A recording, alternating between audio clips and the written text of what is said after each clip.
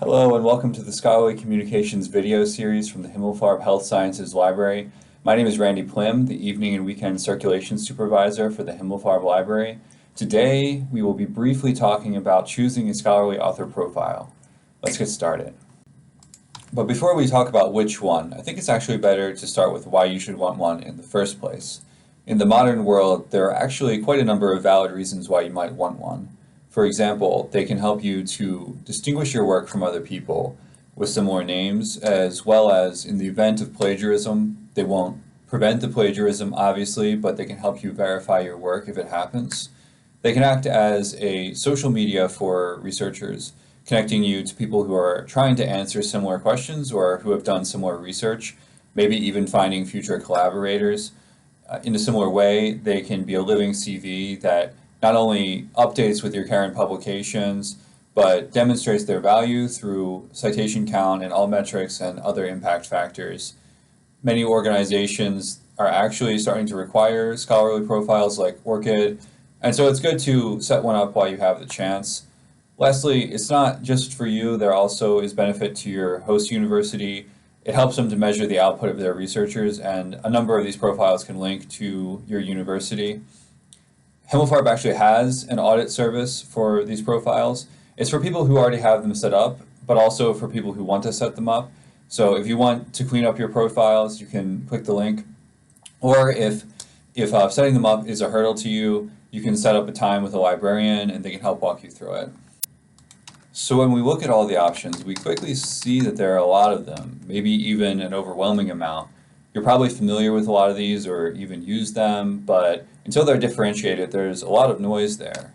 This chart is from our website. It was adapted from the University of Utrecht.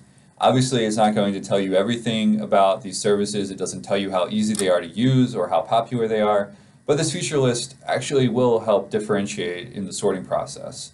For example, only some of them, like Mendeley or ResearchGate, allow you to upload papers.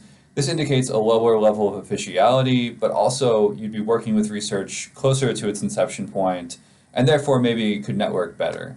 Some of them track metrics and some do not. Some of them allow you to have a bio and some do not.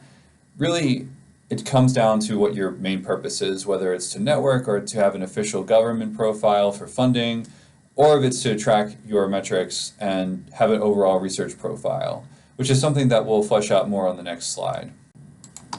That being said, the title of this slide is a little misleading.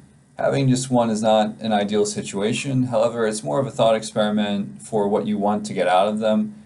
Something like Google Scholar is extremely prominent and widely used and worth having potentially as a one-off. ORCID is also extremely prominent in the modern world and worth having. But really, these things communicate with each other and they work better in tandem. For example, Scopus and ORCID communicate with one another, and they also do different things. So Scopus helps you to track the impact of your research while ORCID does not. Having both is a way to not just minimize maintenance of your accounts, but also to diversify your portfolio of profiles so you get the benefits of multiple ones. Something like ScienceEV from the National Center for Biotechnology Information is also very important for applying for government grants and funding. Really, though, because they do different things, like I said, it's good to have multiple ones.